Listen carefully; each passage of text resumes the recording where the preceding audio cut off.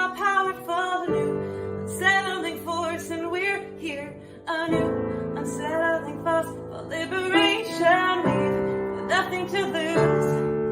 We're a new, unsettling force, and we are powerful, a new, unsettling force, and we're here, a new, unsettling force for liberation. We've nothing to lose but our chains. Everybody in, nobody out. It's time.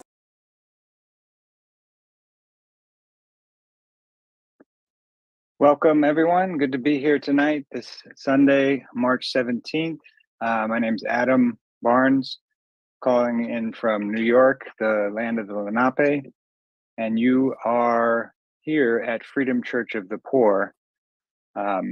Grateful to be here together tonight. We have a lot to share and want to get right to it. But before we do that, we like to always begin by reading our mission statement. So I will do that. So we, the Freedom Church of the Poor, okay, our mission at the Freedom Church of the Poor is, let me start over. The Freedom Church of the Poor is a spiritual and political home for movement leaders. We believe in the fundamental dignity and value of all life and in a world of abundance where all can thrive.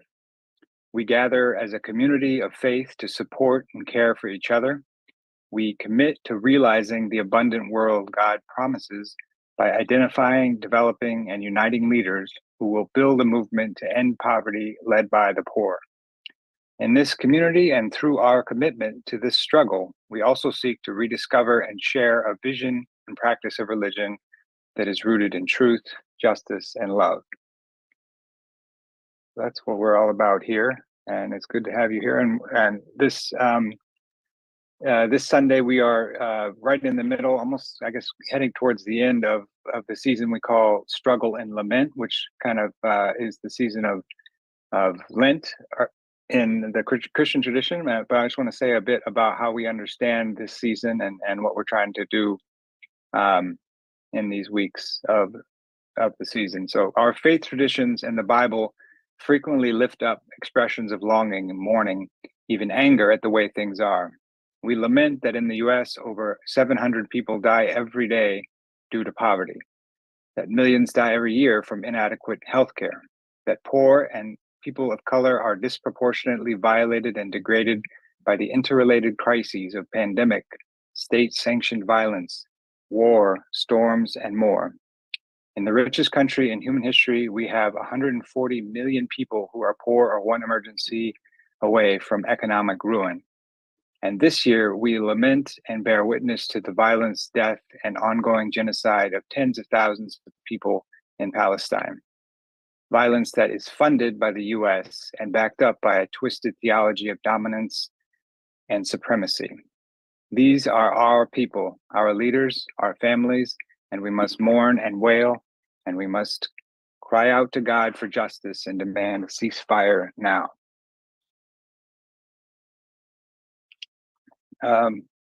Okay, so as I said, we are honored to have several leaders from the movement join us tonight. But before we get to that, we have a couple of things to ground us.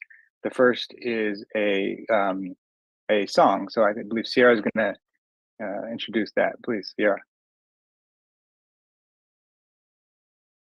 Thank you, Adam, and thank you to all of you who are joining us this evening. We wanted to start off tonight with a song, a sort of shared practice of lifting up the spirit of struggle. It came from my experience going to Palestine in 2015 with the Dream Defenders and our delegation, where we brought organizers from movements across the country, specifically Ferguson, immigrant rights movements, and shared with leaders and struggles in Palestine. And so wanting to open us up and ground us this evening with a piece of that experience.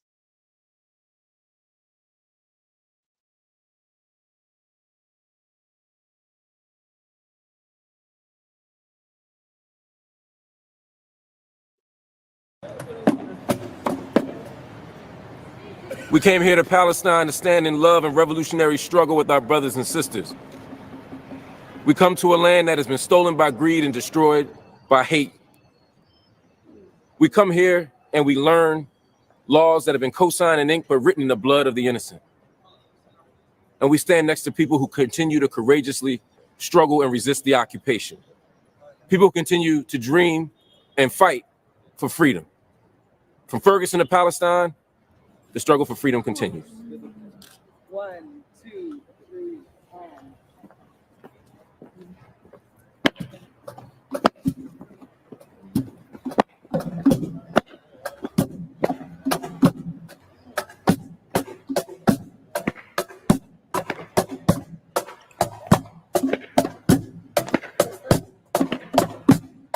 We who believe in freedom cannot rest.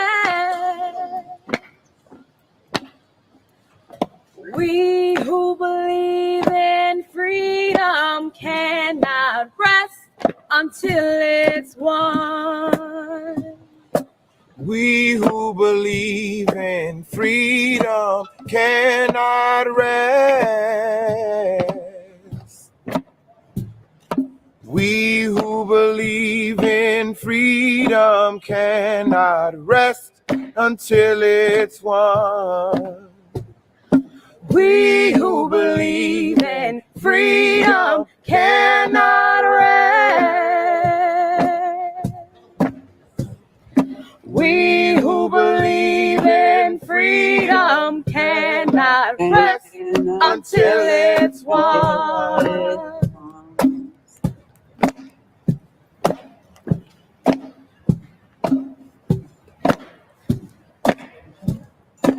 We sit in a sea of settlements while the sound of suffering sails, lost in the listening as the voices of heartache hail. The power of presence, people as portals, passports to heaven. Here is a protest in the form of a prayer. God is in the holy water, lining the lower lids of Ali's eyes. A tear, a river against a cheek, waiting in old Jerusalem, sitting on a leaning chair in the market, the lonely storyteller. God is a woman holding a crying baby in her arms at a checkpoint in Ramallah, waiting at the gates like cattle. God is in the rubble, gnarled hands rinsing in an open fire, a journey of dreamers singing through empty streets in Bethlehem. We survive in the telling, unafraid. We survive in the telling. We survive. Watan badun shab wa shab badun watan. We survive. What if occupation's a dream the Palestinians had? Grills underneath their teeth and they suddenly relapsed. Saw the ships at the bay of the West Bank shore. Woke up and the occupation existed no more. What if Zionism is the second coming of Christ?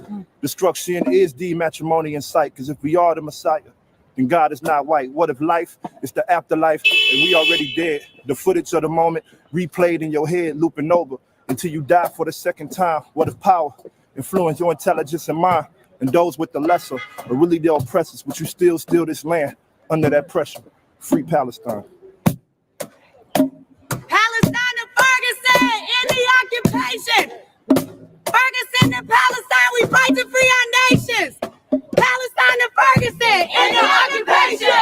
Ferguson to Palestine, we fight to save our nation. Palestine to Ferguson in the occupation. Ferguson to Palestine, we fight to save our nation.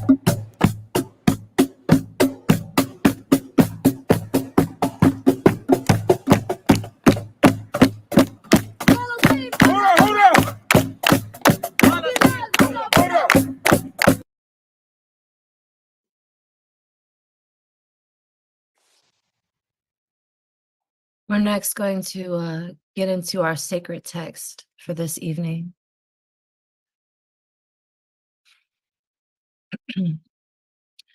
Verse from 1 Kings 21, 2 through 3. Ahab said to Naboth, "Let me have your vineyard to use for a vegetable garden, since it is close to my palace. In exchange, I will give you a better vineyard, or if you prefer, I will pay you whatever it is worth." But Naboth replied, "The Lord forbid that I should give you the inheritance of my ancestors." And then from Jeremiah 31 through 34.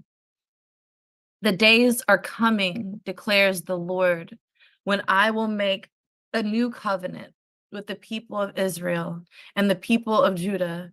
It will not be like the covenant I made with their ancestors when I took them by the hand to lead them out of Egypt, because they broke my covenant, though I was a husband to them, declares the Lord. This is the covenant I will make with the people of Israel after that time, declares the Lord.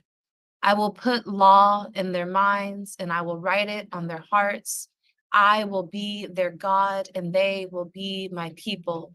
No longer will they teach their neighbor to say one another, know the Lord, because they will all know me, from the least of them to the greatest, declares the Lord. For I will forgive their wickedness and will remember their sins no more.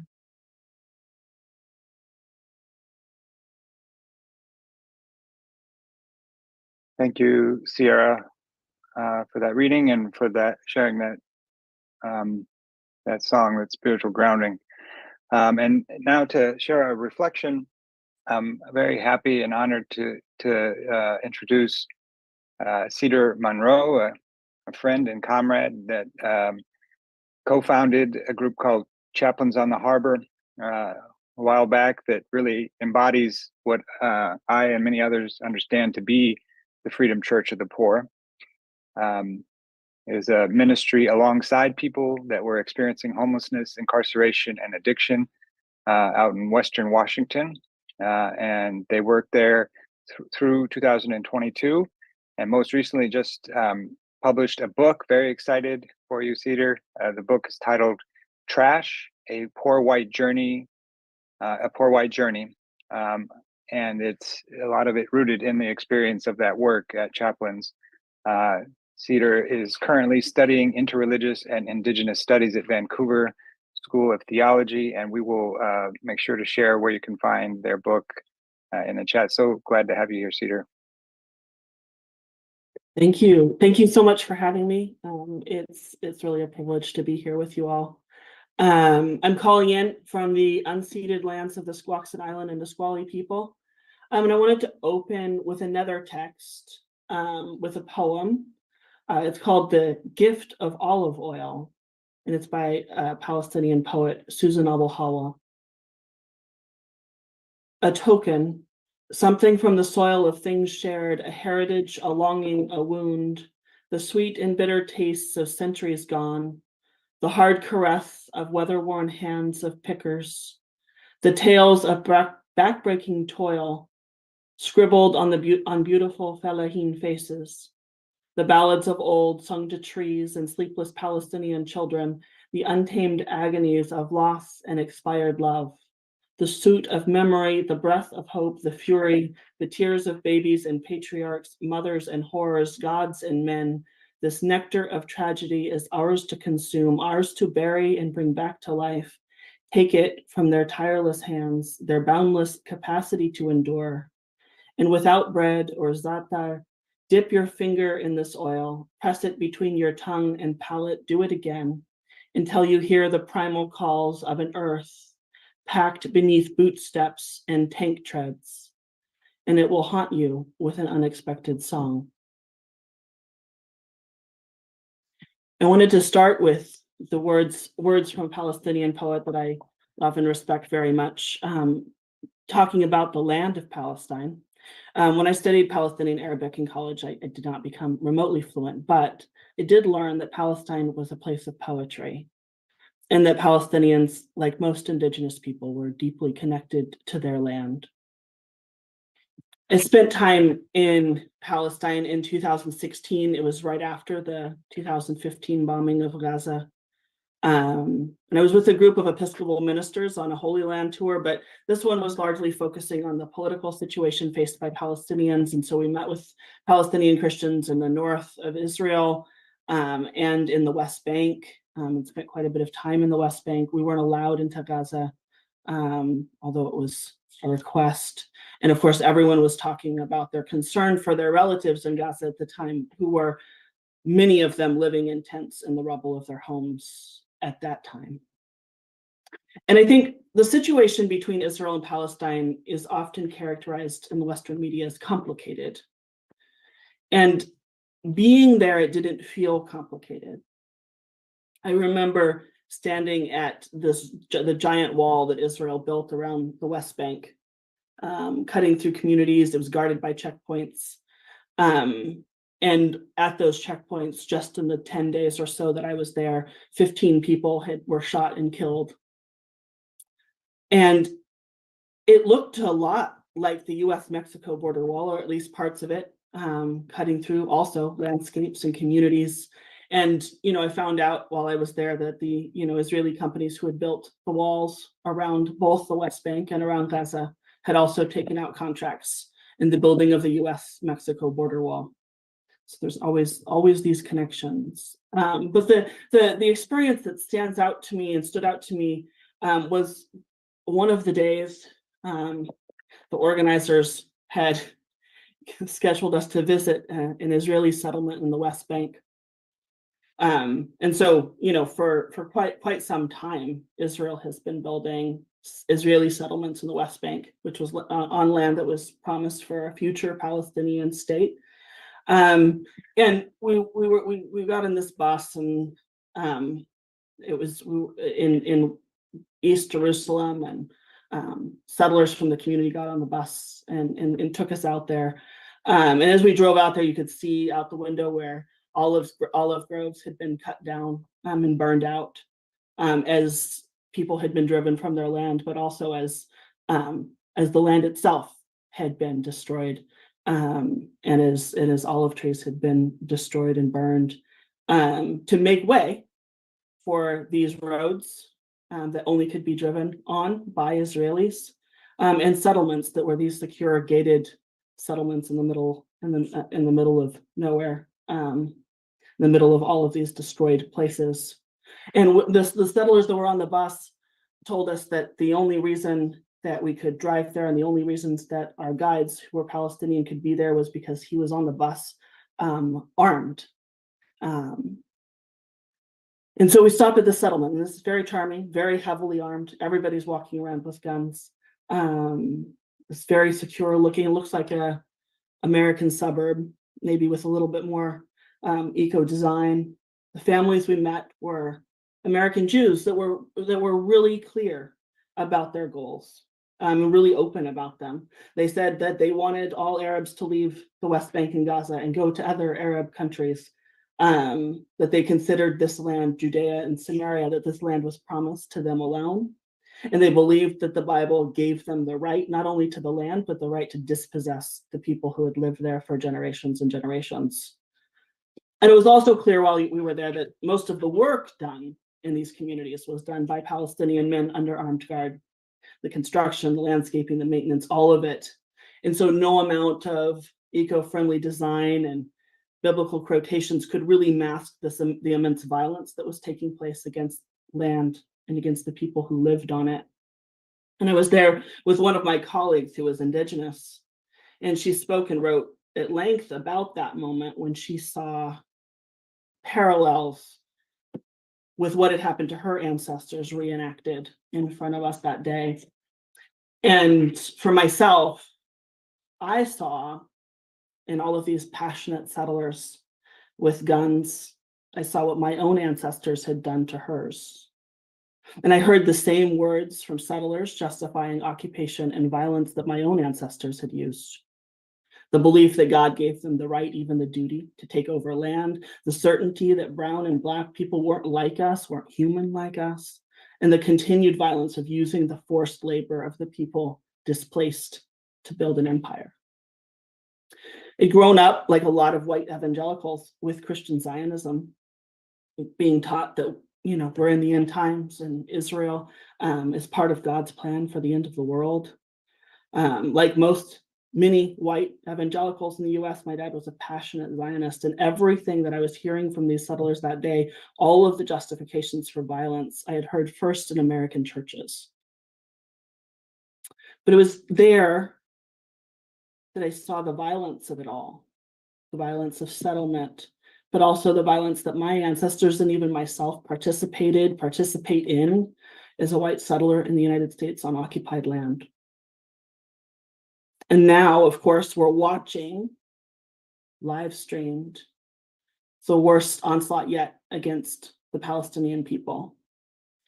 It's being called a second Nakba, a second catastrophe. The first one, of course, being in 1948, when 750,000 people at least were displaced and up to 15,000 people killed at the founding of the state of Israel. Many of those people displaced, driven into Gaza. And now more than 2 million are displaced, 80% of homes destroyed, over 100,000 casualties, 32,000 at least dead. And the brutality of it all, the brutality of the murder and the torture and dead children and starvation, as our own country funds it, justifies it, participates in it. Sometimes it defies words. And as a white American, it makes me think of how my own country here is founded on mass genocide and occupation, one that is still current against Indigenous communities, against Black communities, how the land I stand on is occupied, how what we are watching is yet another of many genocides manufactured by the West in utter disregard for human life, for all life, for the land itself, raining death and destruction on plants, animals, water, land, humans. And it makes me think of how Western capitalism and colonialism and white supremacy is a death cult. And I think most of all of the courage being shown by the people of Gaza as they record what is happening, as they seek to protect each other, as they fight for life, for themselves and for their land, and how their fight is all of our fight, if we want to live, if we want life.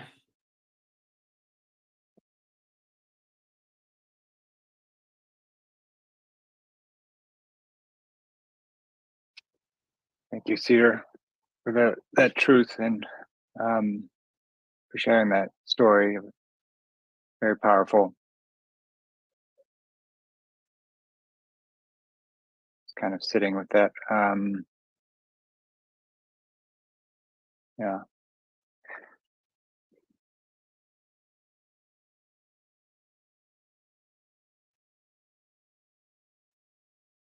Well, there's a lot that comes up for that, and but I am happy that you share that truth. I feel like that truth is not heard enough, and we need to hear that. This connection between what's going on in Gaza and what's going on here, and has been going on here for so long. And in many ways, this is the story of Lent. When those on the bottom get together and move towards Jerusalem, move towards confrontation with the empire that dehumanizes and violates life in such brutal ways. And grateful for the work you're doing, Cedar, and others here to lead us on that road to Jerusalem, a road to confrontation, and to a better way. So thanks again, Cedar. And now we're going to invite Aaron Dorsey to share a reflection. Aaron, very happy to have you here. Aaron's a leader with Black Christians for Palestine. Currently is working on a PhD in Hebrew Bible at Garrett Evangelical Theological Seminary. And his research is focused on post and decolonial theory, African-American biblical interpretation, affect theory, and trauma. And his dissertation, which sounds amazing, is tracking the representation of Israelites after their displacement into Judah in the late 8th century BC to investigate how these texts produce effective structures that seek to repress or produce public mourning and grief. Aaron is also a bassist and guitarist and has played on worship teams and composed and recorded for almost 2 decades, currently living in Minneapolis with his partner Miranda and their cat Moshi. So thank you so much, Aaron. I'll pass to you. Thank you. And let me first say thank you so much, Cedar. I feel privileged to share anything after that. So and I'm grateful to you all. I'm always very nervous to speak to folks that I haven't gotten the chance to meet, and so I'm grateful for the hospitality and to be here with you all. So my goal in this little bit of time, as was mentioned, I'm a Hebrew Bible person, so I'll stick to what I know, or at least what I'm attempting to know. My goal is to share some reflections on some of the scripture that we heard today, particularly the story of Naboth in his vineyard, and to try to talk about that in the context of Israeli settler colonialism. I hope to offer a few interpretations that I think can and should live together around this text. Throughout it, I'll be doing my best to follow the advice of Will Gaffney. Will Gaffney is a Black and womanist and feminist Hebrew Bible scholar. And I'll follow her advice to do my best to use the non-Anglicized and non-Germanized versions of the names of the people in these stories. That's just recognizing that, of course, Anglicizing and Germanizing names is actually a colonial method, to refuse to call people by the names that they use for themselves. And so I'll be kind of defaulting to the Hebrew pronunciations, which for Naboth is Navot, for the king Ahab is Achav, and for Jezebel is Izebel, and for Elijah is Eliyahu. I think you'll be able to track it just fine, but I want to explain why I'm doing that. So in our passage, we meet King Ahab, or King Achav, as he's going to Navot. Achav wants to acquire Navot's property in order to expand his palace. In particular, he would like to add a garden. Achav's request is not directly an example of colonial land acquisition, although it's analogous to it. It uses some of the same methods.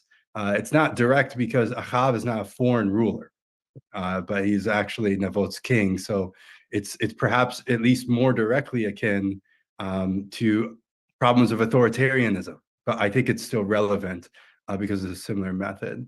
So it's not at all unlike, for example, how the US government stole and continues to steal land from ostensibly its people. And of course, it's common knowledge at this point, I would say, that the US stole the land of Black folks in order to construct its highway systems. And it makes deals which really aren't deals.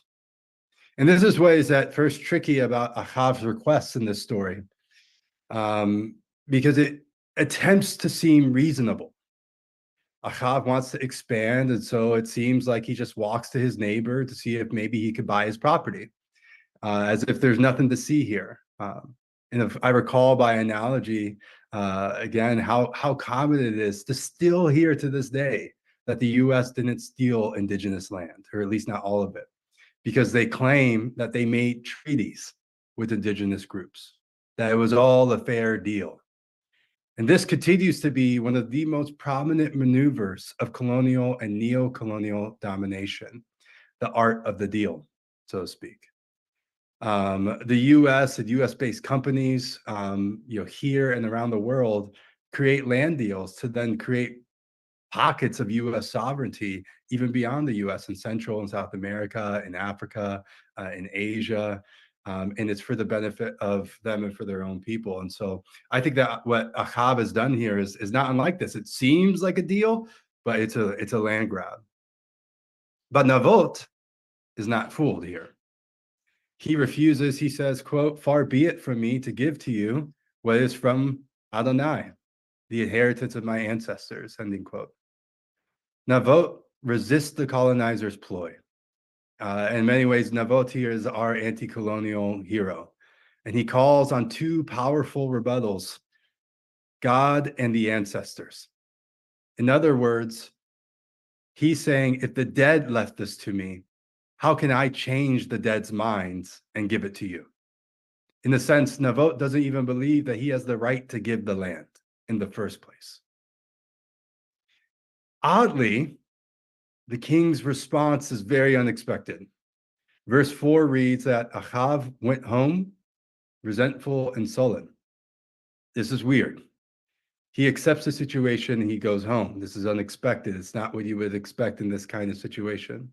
He's sad about it, but that's about it. And what follows is that Izebel, the queen, sees Achav, discovers that he's depressed because he can't get the land he wants, and that he wants to turn into a garden. And she makes a plan to kill Navot and get the land. She invites Navot to a fast, sits him at the head of the table, and then has two other people falsely accuse Navot of cursing God and king. The requirement for two witnesses is met falsely, and they take him outside and they stone him. And now the story begins to feel a bit more familiar to what happens in anti-colonial struggle. Navot won an argument. He had the better logic. So the oppressor instead turns to lies and violence. This kind of character assassination is a consistent feature of oppressive regimes. By the time it's all done, Izebel is not even the one to kill him directly. She just starts the lie that gets the people to turn on him. And with Navot dead, Achav immediately goes to take the land. And this finally is where God enters the scene. Verses 17 to 19 read, quote, "The word of Adonai came to Eliyahu, the Tishbite, saying, 'Go down to meet King Achav of Israel, who rules in Samaria. He is now in the vineyard of Navot, where he has gone to take possession. You shall say to him, thus says Adonai, have you killed and also taken possession?'" End quote. I want to go here. It says, it goes on to say, in the place where the dogs licked up the blood of Navot, dogs will lick up your blood. And so the questions that God gives to Eliyahu are, have you killed and have you taken possession, King of Israel? Let me say it one more time. Have you killed and have you taken possession? This is God's concern. Now, I'm in fact quite sensitive to Navot's argument about the ancestors. But on this occasion, at the very least, I'm quite glad that God remains silent on the question of ancestral rights. With how much everyone attempts to make the question of Israel and Palestine a question of whose ancestors have been where for how long, I appreciate God's simple question. Have you killed? And have you taken possession? This is exactly the problem. It doesn't necessarily, all of those arguments fall short when it comes down to, are they killing? And are they killing in order to take possession? God opposes the acquisition through schemes, through abuses of power, through violence, and through the weaponization of death. And many texts in the Hebrew Bible make it clear that these people don't even own the land. It's not the claim that they own the land, and certainly not in any perpetuity. And so it's always wrong to kill to acquire. But now that I've made a point that, at least for me, I think feels rather good, I would like to zoom out and complicate it a little bit, because nothing in life is ever so neat. The story as we have it occurs long after Israel and Judah have become two separate kingdoms. The tribe of Judah is the kingdom of David in the south, and the other 10 tribes become part of the kingdom of Israel in the north, according to history as the Bible tells it. If you're counting that's only 11, you're right. That's because the tribe of Benjamin's kind of a switch hitter in the story. But what you need to know is that the Bible as we have it, while it contains many traditions, is Judah's Bible. The northern kingdom of Israel is destroyed before Judah's exile, and thus we get the phrases of the lost tribes of Israel. To make matters more complicated, at some point, Judah takes on Israel's name for itself. This is the bane of every Hebrew Bible class I've ever been in. For our sake, what matters is not only that this is Judah's Bible, but that it is an extremely anti-Israelite, as an anti-Northern Israelite Bible. For the Israelites, the Israelites for Judah are the standard of evil. They could do no right. So we have to look behind this text about this Israelite king and ask, is this really, or is this only about justice? I would argue that what is actually happening here is that the Judah's Bible wants to make fun of Israel, and it wants to do it through a misogynist trope. What is really going on is that Israel itself is dominated by a foreign people. It says that King Ben-Hadad of Aram went to Israel and he said, your gold and your silver are mine, and the king of Israel submitted. And eventually King Ahav, our very king, leads an army against their invaders and claims back the land for his people. He is, in that sense, at that time, the anti-colonial hero. But in our story, what they want to show is that Ahav is not properly masculine enough. They're trying to make fun of Ahav by saying, look, Ahav can't even get his own people to give him land. And in fact, Ahav can't get the job done. His wife has to get it done for him. And not only that, Ahav's wife is the classic foreign woman who is too manly to be trusted and too dangerous. This is something that I think almost all women of color have experienced, of being somehow unright.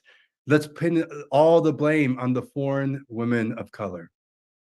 And so this same story that gives us this wonderful section, this wonderful sense that it is God who opposes killing, and I think that we can stick with that. We also still must be critical that the way that it goes about telling that story is through this feminizing of Achav and this misogynistic trope in order to make fun of him, because it's not all about justice behind it.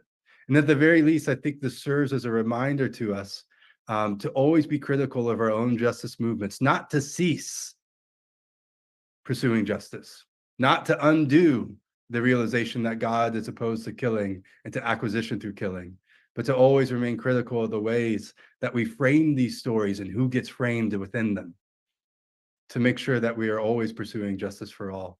And I think that this is a critical element. Thank you.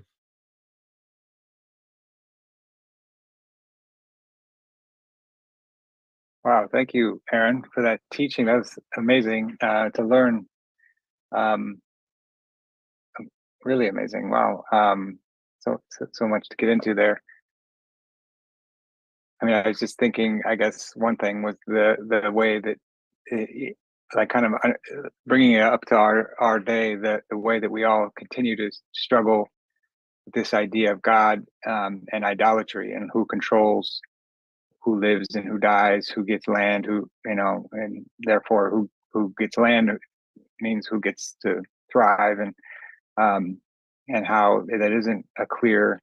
I mean, looking to the scriptures and the history before us, it's not so clear, and they're, it's a constant struggle to figure out what it is we truly worship and what God is, and staying focused on that. And it also reminds me of where our brothers and sisters that are observing Ramadan are today, and how it's often described Ramadan as a time of focusing your taqwa, your God consciousness, and seeing that it's a good thing to keep practiced on, and especially these times of so much untruth. But very, very grateful for that teaching, Aaron, and for all you're doing for the struggle. And now I'd like to invite Suhaib to join us and share a reflection. Very, very happy to have you here for the first time at Freedom Church of the Poor. Suhaib, I know you are connected to struggle there in Kansas City. Suhaib is the co-founder of Al-Hadaf in Kansas City. Al-Hadaf KC means the purpose in Arabic. It's a Palestinian-led organization dedicated to the realization of a free Palestine, a political and cultural revival of the Kansas City Palestinian community, and justice and equity in our community, our homeland, and beyond. Al-Hadaf demands Palestinian freedom and self-determination, the right of all Palestinians to return to their homeland, and an immediate end to the occupation. So very grateful to have you here, Suhaib. If you're ready, I'll pass to you to share a bit. Thank you for having me. Is it okay if I share just one picture? Can I do a screen sharing or no? Yeah, let me. If not, I can just drop it in the chat for everyone just to look over. No. Okay. Trying to find you on the list here. Okay, here we go. Make co-host. I can't do it. Oh, someone else did. There you go. Should be able to now. Perfect. I don't know if anyone has seen this picture before, but we'll just keep this one in the background and we'll get to it. Again, thank you for having me. My name is Saib Al-Azza. I'm from Palestine, born and raised. I was actually born in Bethlehem, where Jesus was born. We consider Jesus to be a Palestinian, and he is, as much as they want to claim him for them. But we know that he looked like me, maybe longer hair. He did not look white. So, with that being said, I grew up in Palestine until I was 18, 19 before I moved here. One thing that we lived through, beside being in a refugee camp, we know the importance of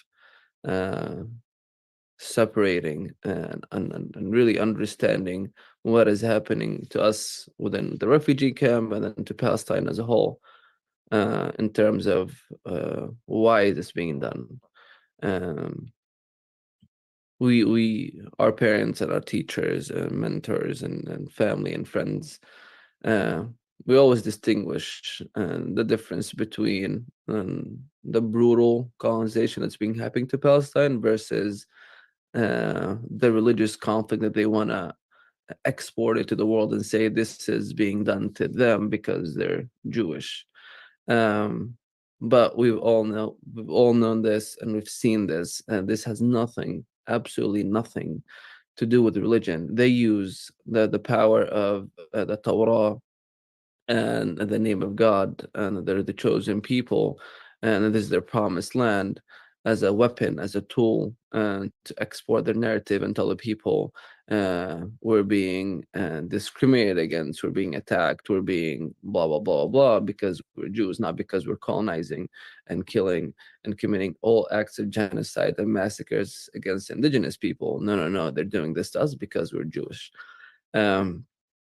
So want to start off there, just make that distinction. And I want to thank Aaron for that story. I've heard it before.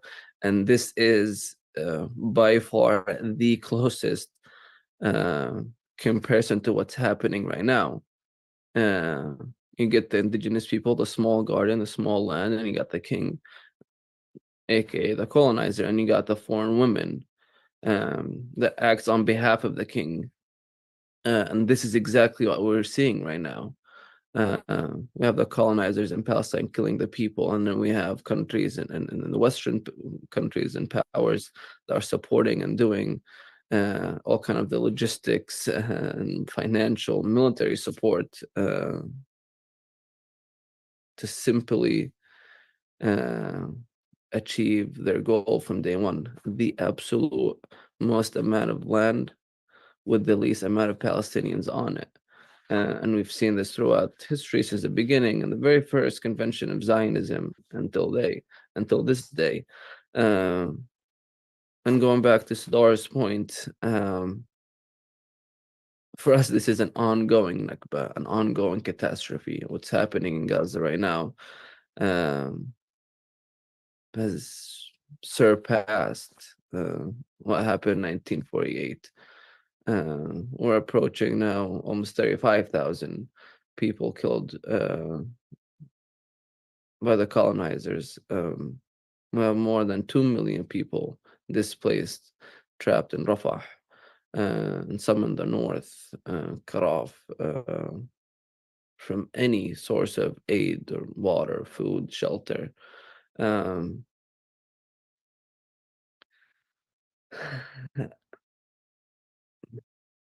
it's honestly baffling. It doesn't, for me at least, for us as Palestinians, it doesn't make sense.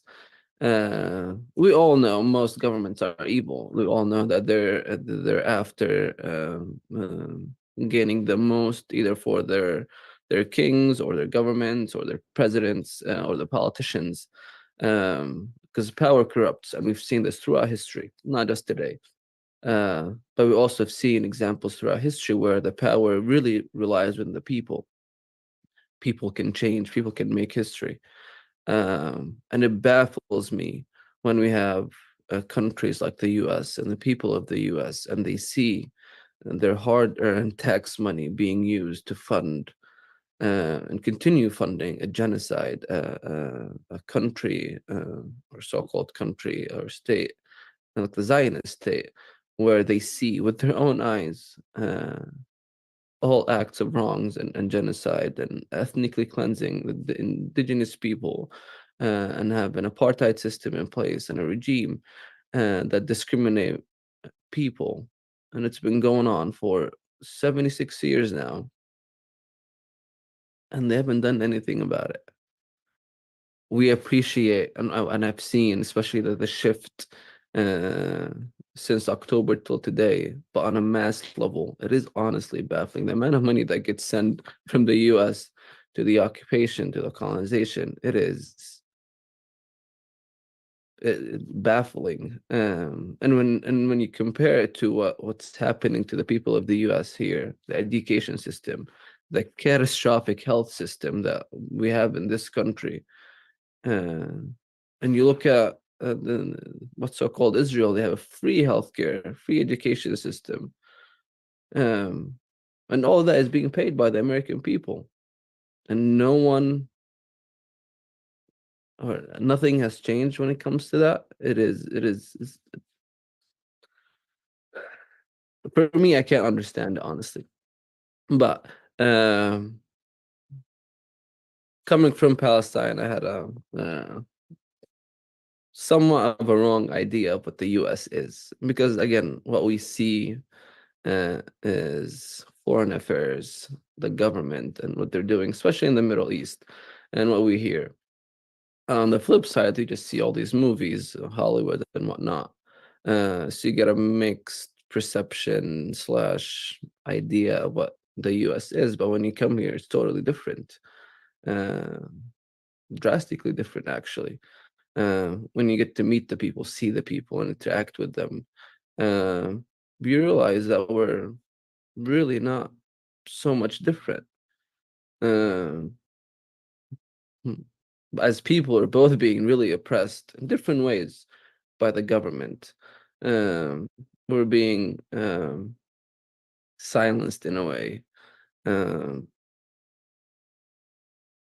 as you've seen throughout big movements in history, in Palestine, we always connect because we know we live through oppression. We know how people feel, especially with the Ferguson movement and when it started, and before that, civil rights movements. You've seen people in Palestine, and we sometimes there be events and things happening in Palestine. We put it aside so we can protest and speak up for the people in the US, or sometimes people from Cuba or people in South Africa, to stand up for injustices, because that's what we believe in. And again, what's happening in Palestine, I know it's physically happening to just Palestinians in Palestine, but this is just an idea, and it's just the picture of what could be happening to all of the people in the world. If we let this happen, if we let this continue, this is always going to be happening to most people, most nations in the world, because if we let the evil win, if we let the occupation and colonizers win, then this is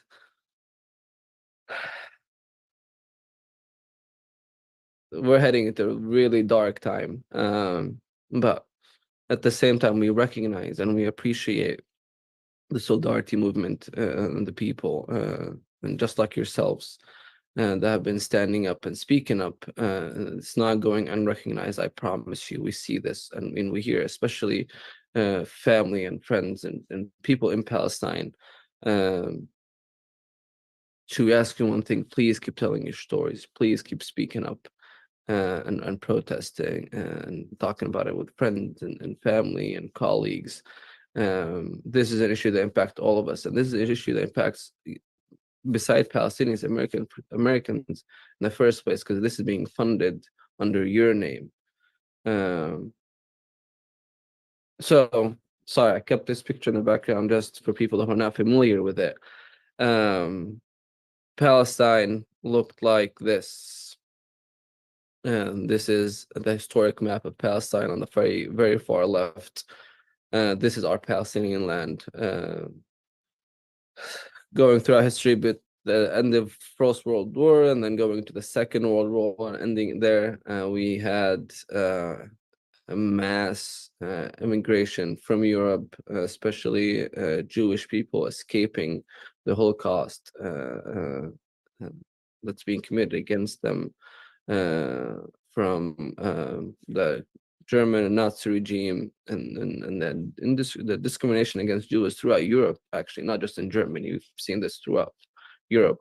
So we saw a lot of Jewish immigration to Palestine between 20s, 30s, and 40s, but we didn't know that there was a bigger plan that being put in place because the foreign ministry of United Kingdom back then promised Herzl, the head of the Zionist movement at the time, to give them a homeland, a Jewish homeland for the Jewish people in Palestine. So end of World War II, and mind you, between 1917 until 47, we were under the British mandate. Until 1947, where the UN came up with a plan to divide Palestine between a Jewish and Arab state. And then in the night of May 14th, morning of May 15th of 1948, the Nakba happened, which means a catastrophe. 750,000 plus Palestinians were forcibly displaced and ethnically cleansed from Palestine. And it's been happening ever since. That's why we call it an ongoing Nakba. We started with 100% of our land for Palestinians, and now we have less than I believe 18 or 19% of the Palestinian lands for Palestinians. As you see here, this is a Gaza Strip, and these are the fragmentation of land that's left within the West Bank. Even if you go back to international law, it was supposed to be divided. Not even 10% of that is left for Palestinians. But we love our land more than anything. That's why if we have a land day, it's coming up on the March 30th of this month. Our land, alongside with our dignity and our liberation and freedom, is the freedom of Palestine is our North Star, and this is what we're striving for, and this we're always going to be speaking up and demanding for. And I'm going to end it there. And as always, free Palestine, and thank you so much for having us here today. Really appreciate it. Giving us a space, a podium to speak and talk to you. Thank you.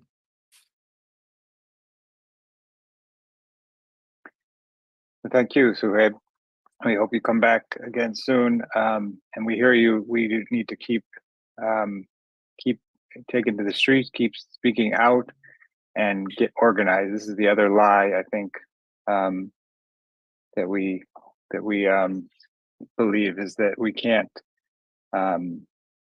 resist this. And if we do get together, there's much more of us than these forces that keep us divided and dehumanize us in such brutal ways. So thank you so much, Suhaib. And we now are going to move to the part of our service where we lift up the prayers of our people. So it's a more solemn time to lift up joys and concerns, and to lead us tonight. We are happy to have Bria Jenkins, also involved with the Black Christians for Palestine, who's very passionate about Black Christians having a global political critique and learning ancient Eastern African Christian history as a way to not further participate in being harmed or harming others with the colonial myths. Bria is also a partner, a sister, a comrade, and a friend who lives in the Chicagoland area, the land of the Padawan. Thank you, Bria, for leading us in prayer tonight. Thank you. Thank you so much, everyone, for being here and all of the reflections that have already been shared. Just holding them close. And the two prayers that I have to share are pretty short. So I'd like to just take 30 seconds just to pause for a second and um, to just sit with everything that we've heard so far tonight.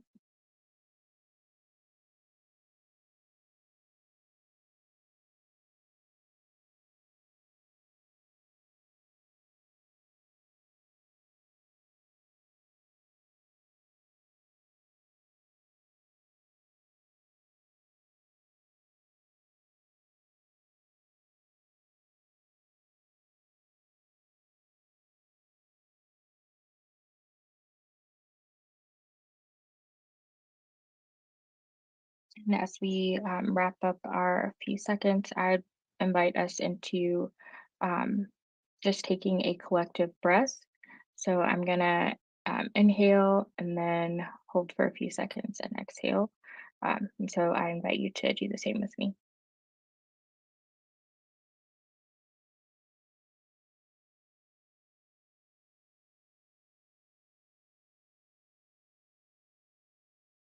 And sort of like Aaron mentioned, sometimes I also get really nervous with talking to folks that I haven't met. And so a collective breath makes me feel a little bit more connected to folks. So um, I appreciate those of you who were able to, and feel free to take a collective breath at any point in our prayer.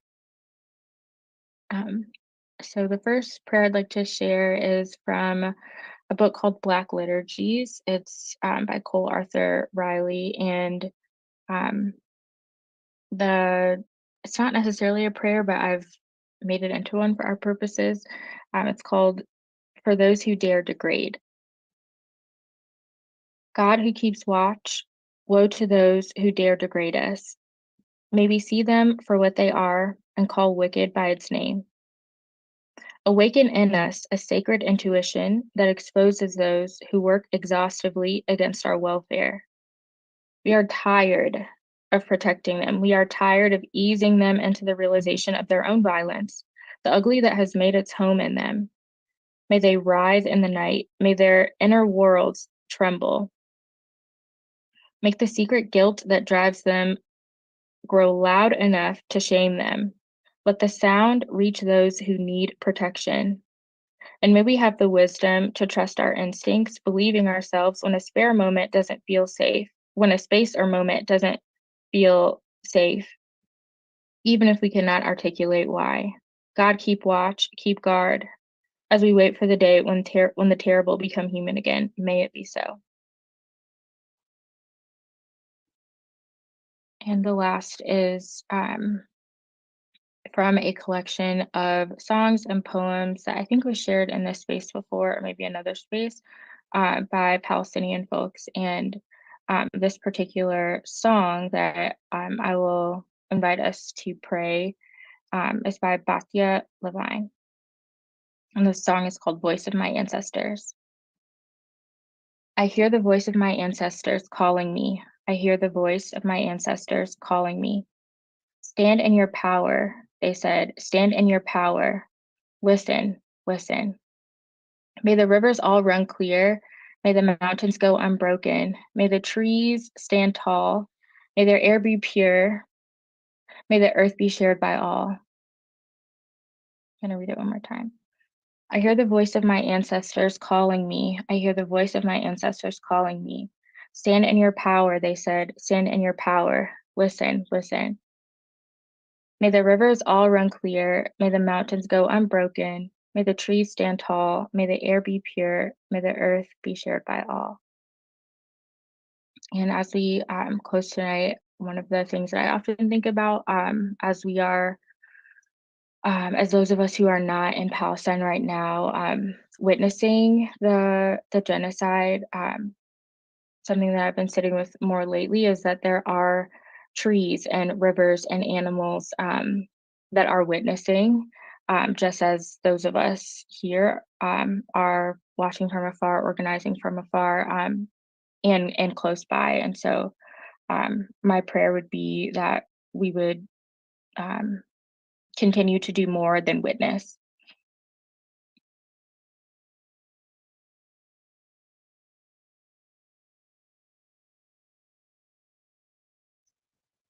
Thank you so much for that prayer, Bria, a collection of prayers.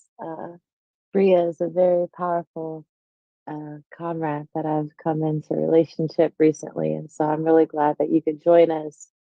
Aaron from Black Christians for Palestine as well. Like, thank you for your reflection earlier. That was indeed a teaching. And I think something that people really need to, sort of understand, how we can actually wield these texts in service to our movements and for our lessons, but also the ways in which we're manipulated, by the oppressors who have taken our culture, our practices, our traditions, and have used it to divide us. Thank you so much, Shuhaib, for joining us and all the work that Al Hadaf is doing in Kansas City and beyond. Cedar, who had to leave early. Thank you for your continued work in lifting up and bringing together the poor from across all fronts of struggle.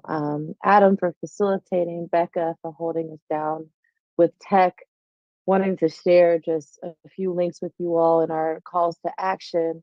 I believe the link to Al Hadaf's website was shared in the chat earlier, so you can learn more about the work that they're doing. We're also lifting up the Apache stronghold, their case at the U.S. Supreme Court. I know we sort of check in periodically, with the progress of their struggle. And, recently they released the statement. Apache Stronghold is grateful for the outpouring of support for our efforts to protect Oak Flat. As our case heads to the Supreme Court, one way to support is for interested organizations to file an amicus brief. It's also called a friend of the court brief at the Supreme Court.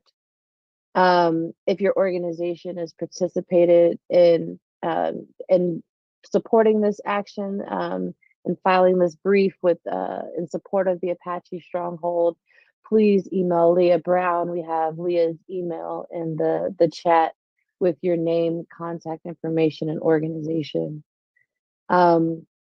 This coming Thursday, Rabbis for Ceasefire, the Council on American Islamic Relations, or CARE, the Cairo Center, Muslim Community Network, Faith for Black Lives, Hindus for Human Rights, the Fellowship of Reconciliation, and Adalat Justice Project are teaming up together to call for interfaith community iftars and the support of a permanent and immediate ceasefire in Gaza and a free Palestine.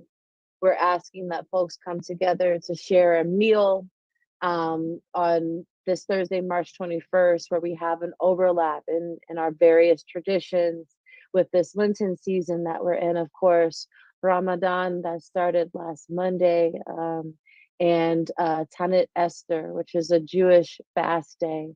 For more information, we have the link in the chat. It's a bit.ly link, Iftar 4C, and that's a capital I. We also continue to have the fundraiser that Dream Defenders is holding for Chris Mallett, who's known as Florida's Prison Poet Laureate. Learn more about his case and help support. Links for our, co-conspirators in this Lenten series, Black Christians for Palestine. You can sign up to join them and the incredible work that they're doing. Friends of Seville North America, FOSNA, link to our cultural resources for ceasefire, and to learn more about the March 18th day of action that Christians for a Free Palestine are putting on. We have a link to the Google Doc in the chat, and there is a call in about an hour where they're going to be preparing folks for that day of action on the 18th. And then finally, if you can, pick up a copy of Cedar's new book, Trash, A Poor White Journey, and we included that link in the chat as well. And to close us out with song, we wanted to share from our dear comrades, the Thrive Choir, their piece, Calling All the Warriors. Thank you all so much for joining us this evening.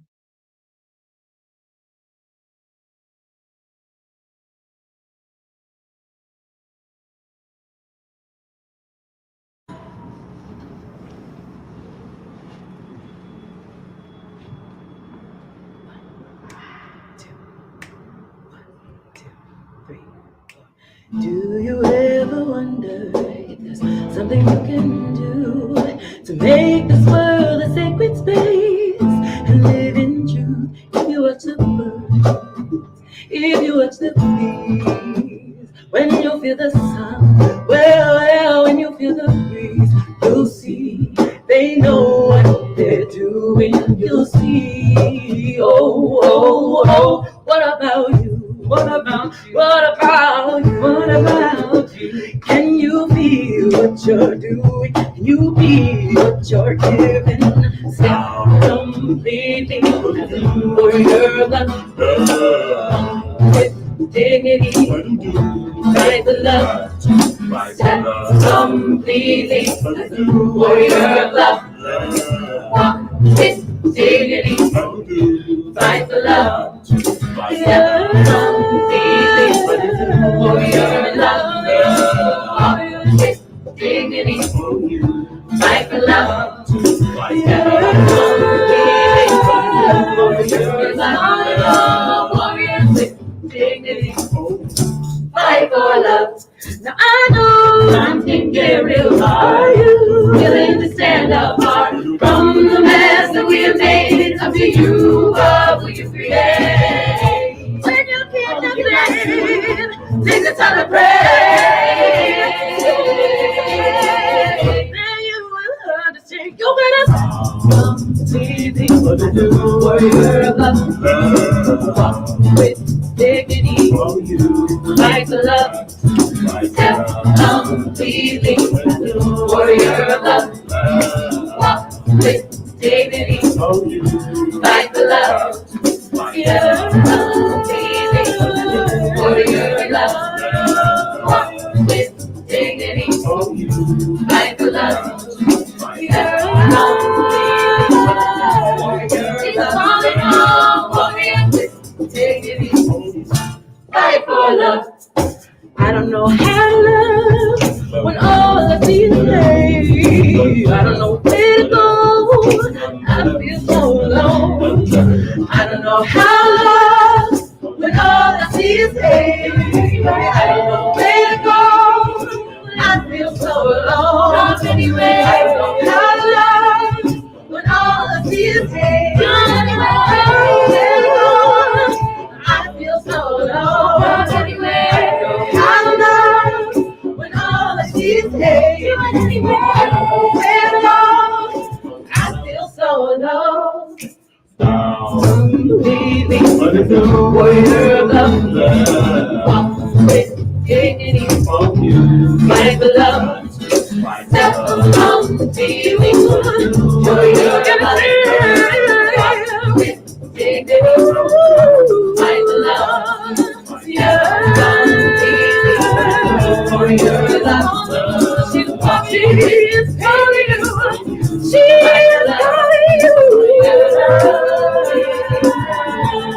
It's calling all warriors.